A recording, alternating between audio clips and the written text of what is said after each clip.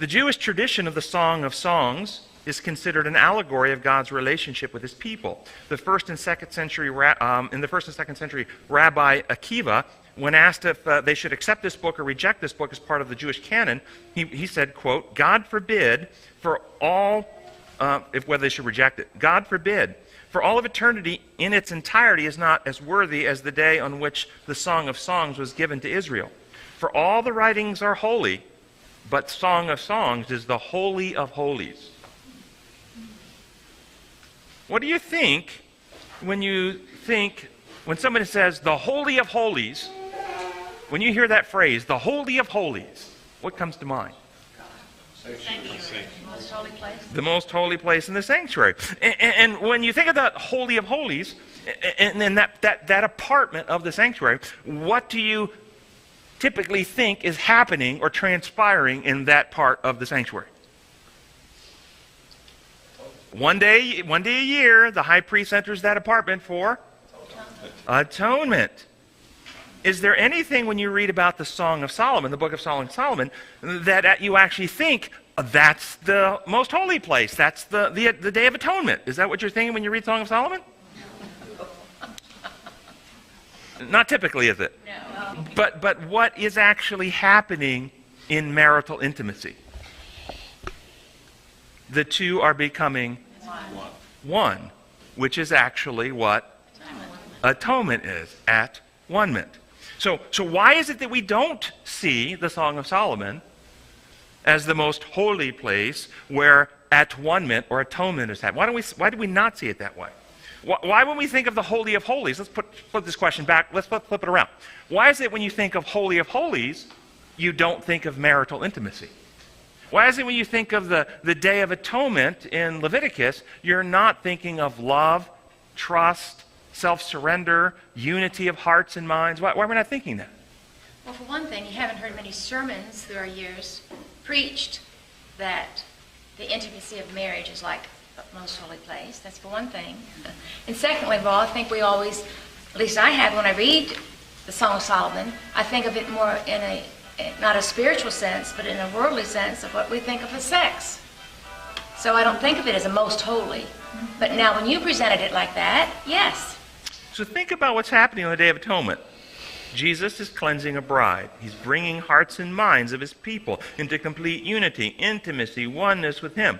For those who trust Jesus, he enters the most holy place of our beings and removes all defects and impurities and instills his perfection, his love, his goodness, his life into our hearts and minds. This is union of hearts and minds coming into one.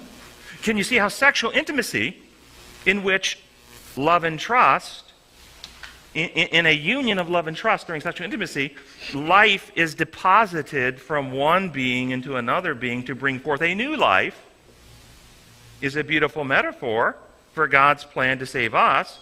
In love and trust, we open our hearts to Christ, who deposits his life in us, and we are reborn with a new life when a new life begins. Thus, this is the becoming one. In marriage with spouses is the union. In Christianity, when we come into that unity with God, this is real openness. This is being known. This is healing and restoration. It is beautiful, lovely, wonderful, a mystery. So Ephesians 5:25, husbands, love your wives, just as Christ loved the church and gave himself up for her to make her holy, cleansing her by the washing with water through the word, and to present her to himself as a radiant church without stain or wrinkle or any blemish, but holy and blameless. In the same way, husbands ought to love their wives as their own bodies. He who loves his wife loves himself. After all, no one ever hated his own body, but he feeds and cares for it, just as Christ does the church. For we are members of his body. For this reason, a man will leave his father and mother and become united to his wife, and the two will become one flesh. This is a profound mystery, but I am talking about Christ and the church. Do you see the metaphorical union and giving of new life to bring forth new life? Yes. I suspect that part of the issue that we have here We see the Song of Solomon as a standalone. We see Christ and the bridegroom coming for the church with the coming late at night and the wise and foolish virgins.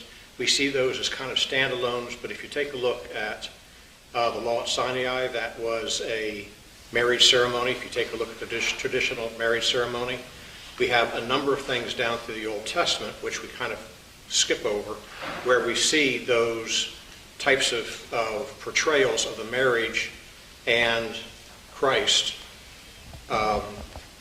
symbolized there together, tied together in a unit. Now, I think that's a very good insight that we often see these as standalone, disconnected from the other portions of Scripture, not integrated at all. Yeah. So what obstructs God's plan to accomplish this cleansing, healing, restoration, new life in the hearts of people?